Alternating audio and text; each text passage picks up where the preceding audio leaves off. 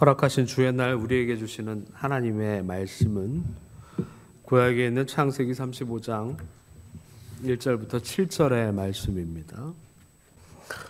하나님이 야곱에게 이르시되 일어나 베델로 올라가서 거기 거주하며 내가 내 형 에서의 낯을 피하여 도망하던 때에 내게 나타났던 하나님께 거기서 제단을 쌓으라 하신지라.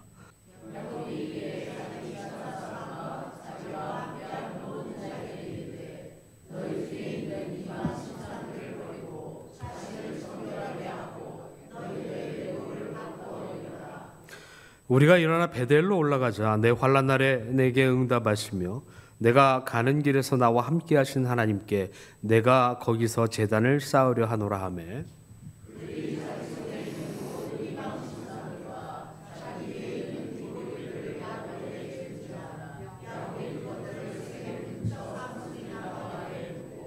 그들이 떠났으나 하나님이 그 사면 고을들로 크게 두려워하게 하셨으므로 야곱의 아들들을 추격하는 자가 없었더라.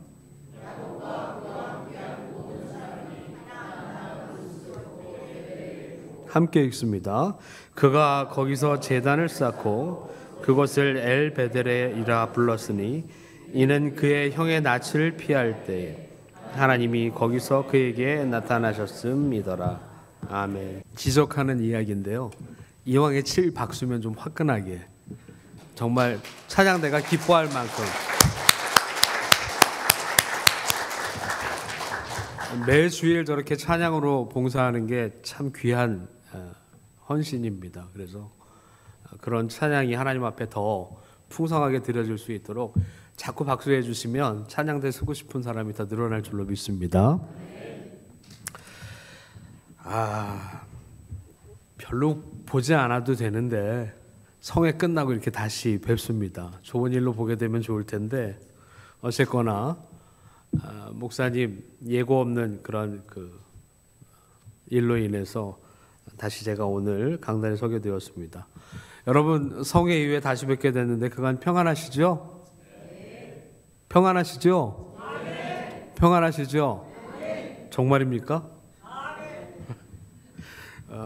기도에 대한 말씀을 나눴기 때문에 생각 같아서는 성회가 끝나고 난 다음에 기도의 역사가 불일 듯 일어나서 여러분 삶에도 내가 하나님 앞에 작정하고 기도했던 이런 일들이 일어났다고 하는 고백이 넘쳐나고, 강림교회에서 집회를 했는데 강림교회에서 기도의 역사가 불붙듯 일어나서 새벽마다 이 제단이 차고 넘치고 막 놀수역 일대에 막 난리가 났다는 소문이 들려야 될 텐데 그랬나요?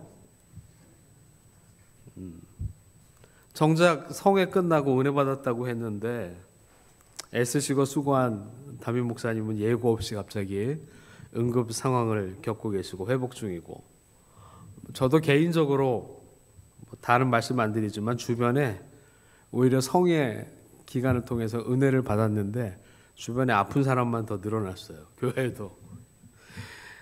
그렇다면 이런 일들이 생기고 나면 또 우리의 삶에도 하나님 은혜 받았고 그 은혜로 내 안이 충만해졌다고 생각했는데 정작 내 삶, 내 현실을 다시 들여다보면 이게 은혜 받은 건가? 은혜 받으면 뭔가 나타나고 변화되는 게 있어야 되는 게 그런 게 있는 건가?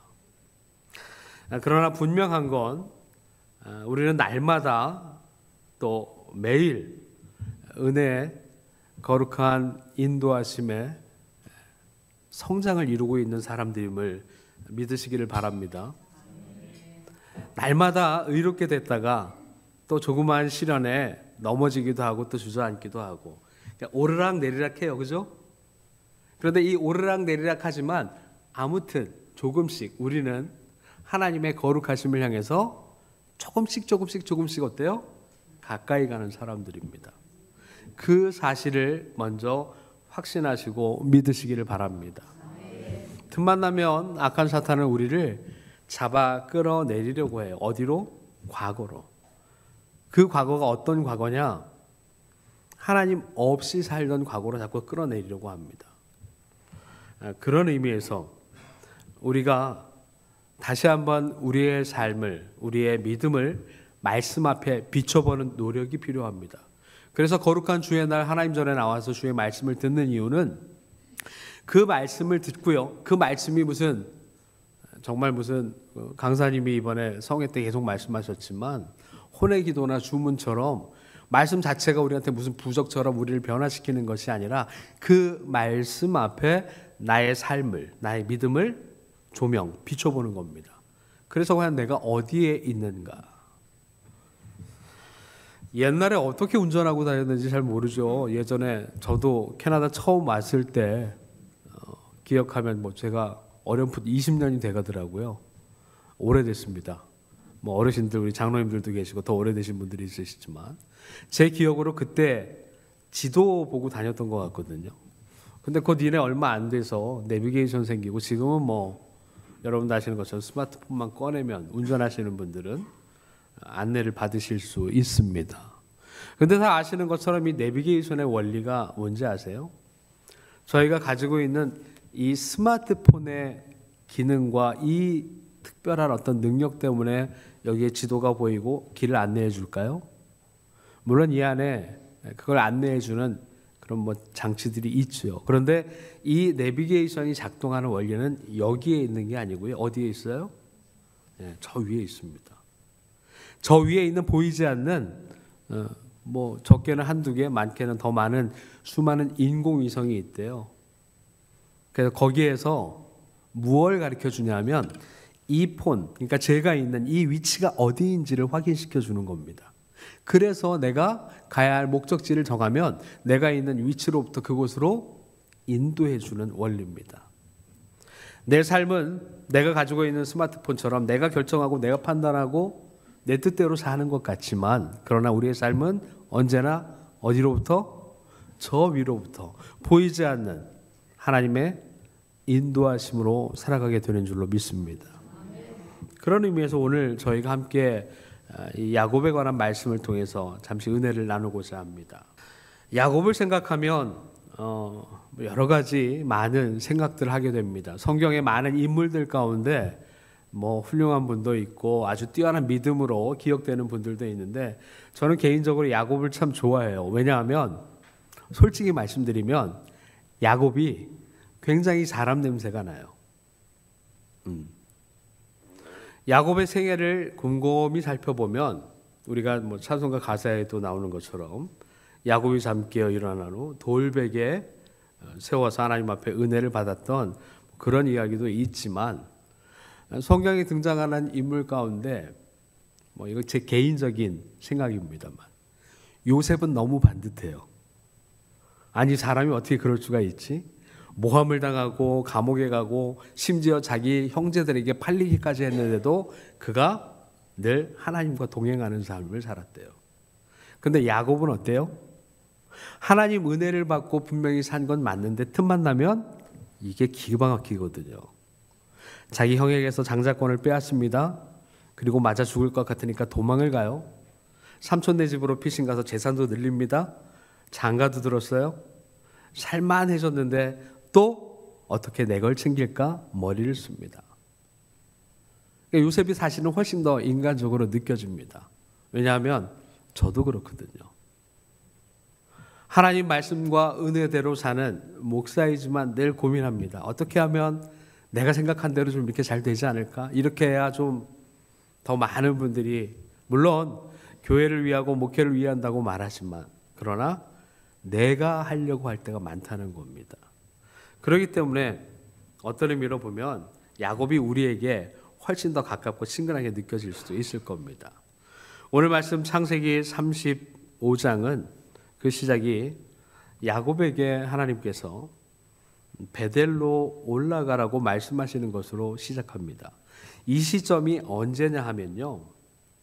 야곱이 그의 형 에서의 장자권과 권리를 축복을 가로채고 이제 여러분 아시는 것처럼 집에서 있다 형한테 맞아 죽게 생겼으니까 도망가죠.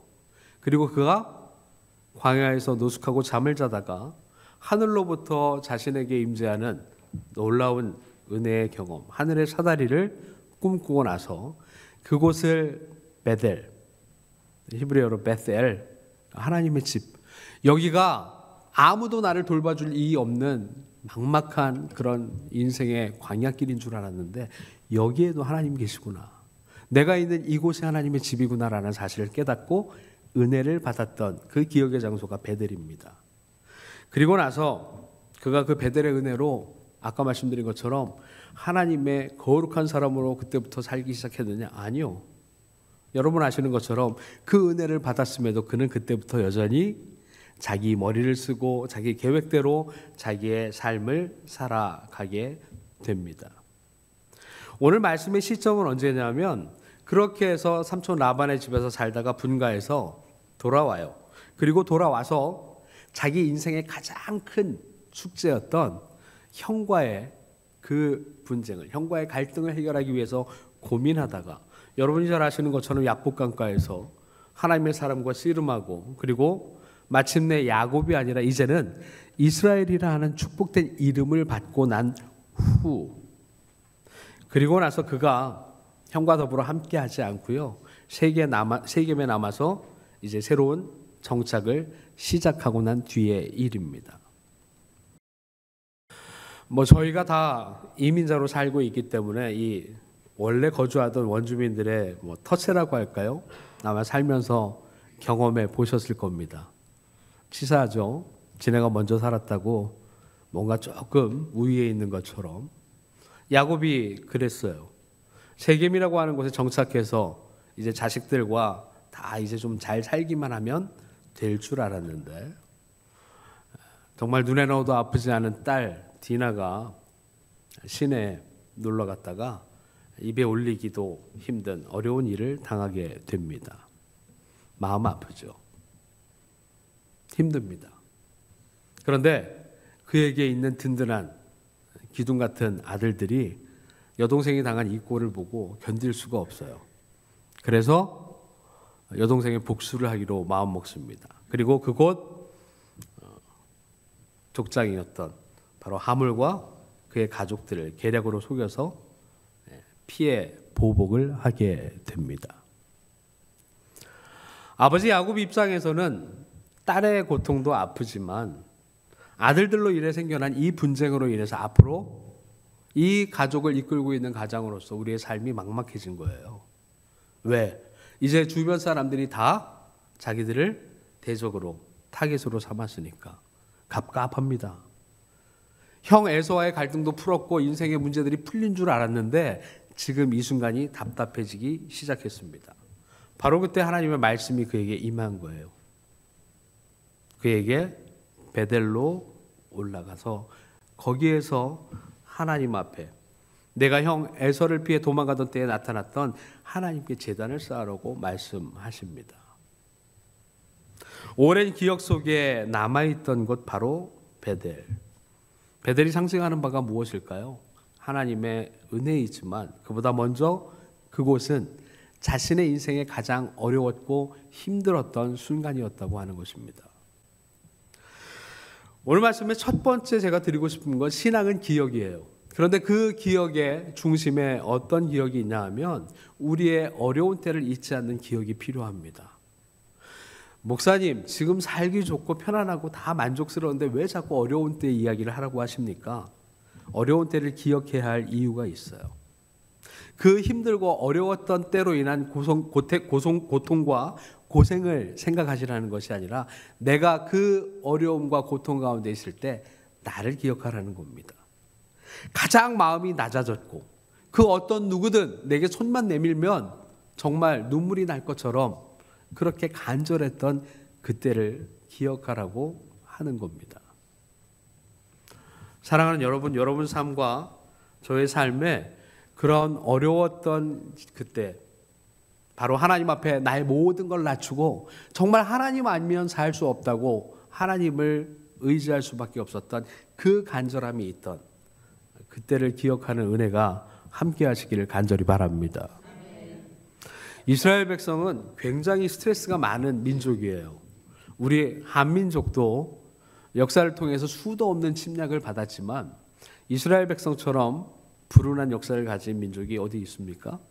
그런데 구약을 통해서 특별히 애굽에서 종살이하던 이스라엘 백성을 가나안으로 인도하신 하나님의 은혜가 있고 난 후에 구약 성경 전체를 읽어보면 신명기로부터 시작해서 심지어 시편까지 하나님의 택한 사람들을 통해서 이스라엘 백성에게 말씀할 때마다 하나님이 그들에게 꼭 전제처럼 하신 이야기가 있어요. 무슨 얘기냐 하면 니네는 그 옛날 너희 조상들이 애굽에서 종살이 하던 걸 잊지 말라고 하세요. 이제 좀 괜찮은데 살만한데 심지어 야곱 때 다윗 때처럼 나라가 커지고 좀 힘이 생겼을 때에도 하나님은 너희 옛날에 애굽에서 노예였어, 머슴이었어, 종살이했어 잊지 말라고 하십니다. 왜 그럴까요? 기죽이려고요? 아니요. 가장 간절했던 그때, 그래서 하나님을 의지하지 않으면 살 수 없던 그때를 잊지 말라고 하는 겁니다. 평생토록 여러분이 살아오셨던 삶의 가장 질곡 같은 시기에도 여러분을 도우시고 인도하셨던 하나님의 은혜의 기억이 함께 하시길 축원합니다. 뒤의 이야기지만 나중에 창세기 47장에 가보면 이 야곱이 아들 요셉 때문에 기근을 피해서 애굽으로 이주하게 되는 이야기가 있거든요. 창세기 47장에 그 야곱이 이제 나이가 들었죠. 그리고 아들 요셉이 출세하는 바람에 애굽의 파라오 애굽의 왕과 마주하게 됩니다. 왕이 나이가 많아 보이니까 어르신 연세가 어떻게 되십니까? 그랬더니 야곱이 그런 대답을 해요. 130년 나그네 길을 살았는데 그가 그 130년의 나그네 길을 뭐라고 평하냐면 험악한 세월을 살았다고. 개인적으로 생각해 보면 좋은 일도 있었지만 지나고 보니 험악했다고. 그런데 그 고백에 숨겨진 다른 면에는 그럼에도 불구하고 그 험악한 세월을 지켜주신 하나님 때문에 살았노라는 고백이 있지 않았을까 생각합니다. 장로님 어떠신지 모르겠지만 하나님 은혜로 살았기 때문에 후회가 없으시겠지만 많은 어른들에게 여쭤보면 지나온 세월 어떠셨어요? 그럼 누구 한 분도 아유 정말 행복했다고 하는 분 쉽지 않으시고요. 만만치 않았다고 다 그렇게 이야기하세요. 그러나 우리의 어려운 때를 돌보셨던 하나님께서 지금 이 순간에 있는 나를 여전히 붙드시고 있다는 은혜를 또한 기억하시길 바랍니다.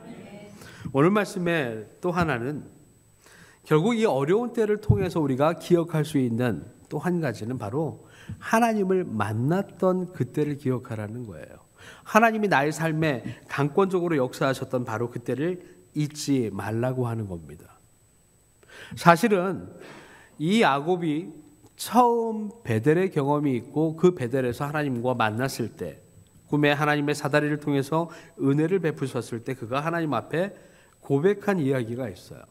창세기 28장 그 앞에 보면 야곱이 하나님을 만난 그 경험을 통해서 그 하나님 앞에 하나님이 주신 약속을 받고 그 약속 앞에 자신의 삶을 드리기로 결단합니다. 창세기 28장 13절 이후에 보면 또 본즉 여호와께서 그 위에 서서 이르시되 나는 여호와니 너의 조부 아브라함의 하나님이요 이삭의 하나님이라. 내가 누워있는 땅을 내가 너와 네 자손에게 주리니 네 자손이 땅에 티끌같이 되어 내가 서쪽과 동쪽과 북쪽과 남쪽으로 퍼져 나갈지며 땅의 모든 족속이 너와 네 자손으로 말미암아 복을 받으리라. 내가 너와 함께 있어 내가 어디로 가든지 너를 지키며 너를 이끌어 이 땅으로 돌아오게 할지라. 내가 네게 허락한 것을 다 이루기까지 너를 떠나지 아니하리라. 하나님은 약속을 지키셨죠. 그래서 베델까지 이끌어 주셨습니다. 누가 잊었어요? 야곱이 잊었어요. 하나님이 나를 돌보시겠다고 말씀하신 그때, 내가 아무도 없다고 여겼던 그때 나를 만나 주셨던 하나님이 계셨음을 사실은 야곱은 잊고 있었던 겁니다. 누가복음 19장에 보면 예수님을 만나서 삶이 변했던 인물 세리 삭개오라고 하는 사람이 나옵니다. 잘 아시죠? 뽕나무 위에 올라갔던 사람. 키가 작아서 예수님을 못 볼까 봐 뽕나무 위에 올라가서 예수님을 보았던 바로 그 삭개오 이야기가 나옵니다. 성경에 나오는 이야기는 아니고요. 전설 같은 이야기인데 그 삭개오가 예수님 만나고 나서 들려온 전설입니다. 훗날 그러니까 살면서 인생의 가장 어려운 순간이 있을 때마다 동네 앞에 있는 그 뽕나무에 갔대요. 나무를 어루만지면서 그렇게 눈물을 흘리더랍니다.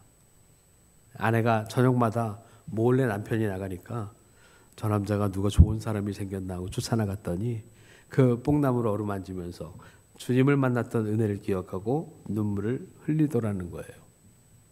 살면서 여러분에게 은혜의 상징이 되는 그런 기억이 있으십니까? 나를 하나님의 백성으로 살게 했던 그 은혜의 경험이 있으십니까? 잊지 마십시오. 그때 함께 하셨던 하나님이 지금도 여러분을 붙드세요. 지금도 우리와 함께 하세요. 늘 문제는 우리가 기억을 잊기 때문에 우리에게 어려움이 있는 겁니다. 요한계시록 2장 4절 이후에 에베소 교회를 향해서 주님이 책망하세요. 그 책망의 내용이 뭡니까? 내가 너를 책망할 것이 있나니 너의 처음 사랑을 버렸느니라. 그러므로 어디서 떨어졌는지를 생각하고 회개하여 처음 행위를 가지라. 그 처음 행위는 어리석었을 때 예수님을 만나서 구원받고 그 은혜로 감격스러웠을 때 뭔가 아직은 좀 어렴풋하고 어리숙하지만 그러나 그 기쁨과 감격으로 인해서 내가 무엇이든 주님을 위해 살리라 결단했던 바로 그때를 잊지 말라고 하는 겁니다. 하나님이 노여하시는 이유도 뭘까요? 다름이 아니고요. 잊어버리기 때문에 그래요. 그래서 이사야 선지자를 통해 이사야 1장 3절 이후에 주신 말씀에 보면 소는 그 임자를 알고 나귀는 그 주인의 구유를 알건만은 이스라엘은 알지 못하고 나의 백성은 깨닫지 못하는도다. 주인을 알아요. 먹이는 사람을 알아요. 먹이를 주는 사람을 잊지 않습니다. 그런데 이 백성은 그렇게 은혜를 베풀고 돌보고 지켰는데도 자꾸 잊어버려요. 그게 하나님이 속상하신 거예요.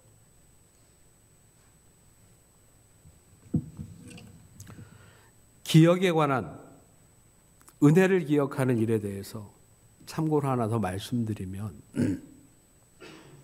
조금 불편하신 이야기가 될지는 모르겠지만 이민 목회를 하는 저도 역시 경험하는 일이고요.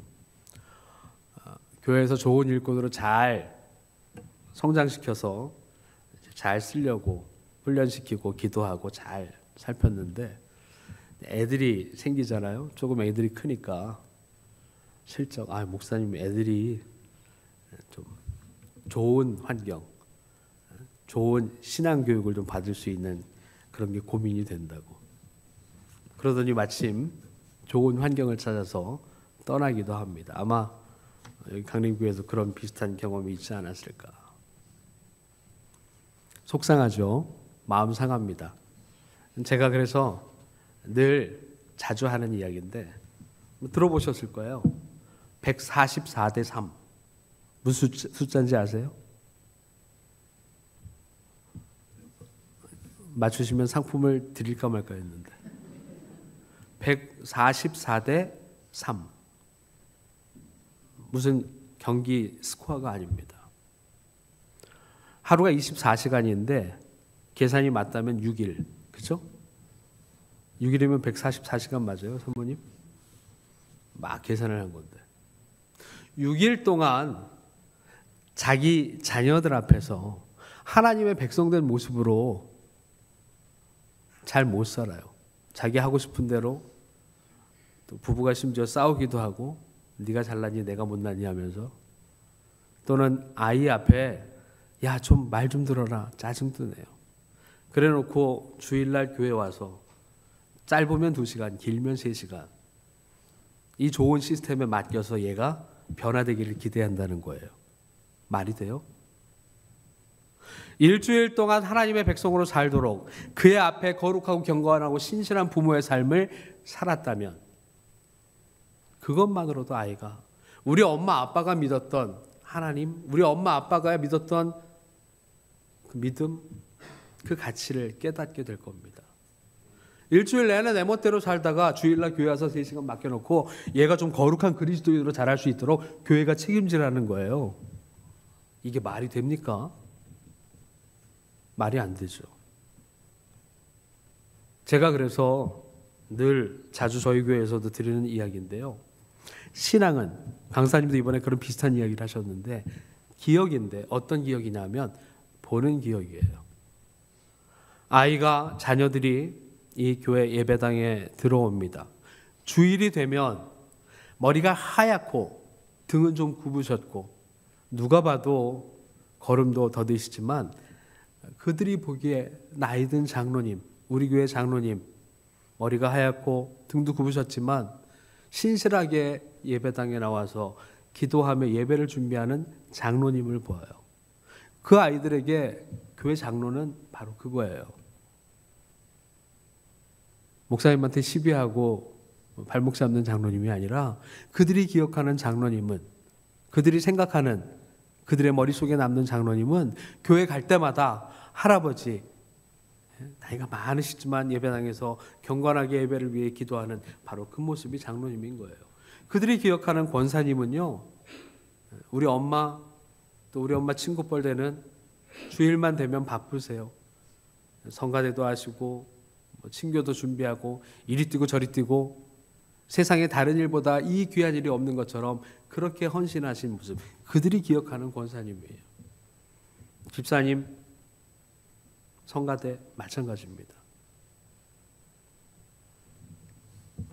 그 기억이 그들에게 살아있을 때 훗날 인생의 어려운 길, 인생의 질곡 가운데 있을지라도 하나님을 기억하고 다시 베델로 올라가라라고 말씀하시는 하나님 앞에 순종했던 야곱처럼 그들도 하나님의 그 부르심 앞에 자신의 삶을 돌이켜 내가 어려웠을 때 나를 지키시고 인도하셨던 하나님을 생각하게 될 줄로 믿습니다.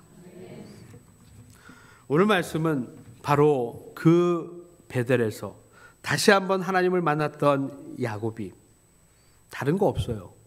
바로 그곳에서 하나님을 예배하고 그곳에서 하나님을 제사하면서 이제껏 내 삶을 지켜줄 거라고, 이제껏 내 삶을 돋보이게 할 거라고 생각했던 모든 이방 신상들과 자기에게 있는 모든 장신들까지, 주변에 있는 사람들 것까지 모두 한데 모아서 세겜 장수리 나무 아래에 묻고 이제는 더 이상 이런 것들 의지하지 않고 나를 붙드시고 지키셨던 하나님을 예배하겠노라고 하는 그 결단으로 서게 되었을 때 하나님께서 그의 삶을 돌보시는 은혜의 결론입니다. 다른 이야기가 아니라 바로 그 은혜의 기억을 잊지 않고 베델로 올라갈 결심을 세운 야곱에게 하나님께서 이미 하나님의 은혜의 일들을 이루어 가십니다. 야곱은 그때까지만 해도 자신에게 닥칠 미래로 인한 두려움과 염려와 근심 가운데 있었지만 오늘 말씀 저희가 읽은 5절에 볼까요? 그들이 떠났으나 하나님이 그 사면 고을들로 크게 두려워하게 하셨으므로 야곱의 아들들을 추격하는 자가 없었다. 야곱이 사실 이 베델로 올라간 가장 큰 이유는 지금의 이 위기를 타개하려고 하는 간절함 때문이었죠. 그런데 그가 하나님께로 올라가서 그 믿음을 다시 돌이킬 결심을 했더니 하나님은 이미 그 일을 이루어 가고 계셨습니다. 사랑하는 저와 여러분 모두에게 날마다, 거룩한 주의 날마다, 하나님 앞에 나올 때마다 내가 다시 한번 나를 인도하시고 나를 복주셨던 그 베델로 올라가리라고 하는 믿음의 결심 가운데 살아서 그 결심이 하나님 앞에 드려지고 그 결심을 통해서 이미 우리의 삶을 안보하시고 역사하실 하나님의 은혜를 고백할 수 있게 되기를 간절히 축원합니다. 결심하셨습니까? 그 결심으로 여러분 삶으로 나아갈 때 돌보시는 하나님의 크신 은혜가 함께 하시기를 주의 이름으로 간절히 축원합니다. 기도하겠습니다. 오늘도 거룩한 주의 존전에서 하나님 앞에 나와 찬양하고 기도하며 또한 베풀어 주신 말씀을 통해 은혜를 나누게 하시니 감사합니다. 사람의 말이 아닌 말씀 그 자체를 통해 주시는 그 은혜가 우리 안에 충만케 하여 주옵소서. 말씀으로 약속하신 그 모든 일들이 우리의 삶에도 그대로 이루어지게 하여 주옵소서.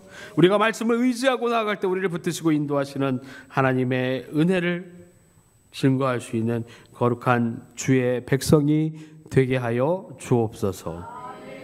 오늘 이 거룩한 날에 주셨던 이 은혜로 다시 한번 삶의 자리로 나아가며 우리를 언제나 베델로 인도하실 하나님 의지하며 언제나 나를 부르실 때마다 은혜의 자리로 나아갈 결심 가운데서는 모든 주의 백성들 되게 하여 주옵소서. 감사드리며 예수 그리스도의 이름으로 기도드리옵나이다. 아멘.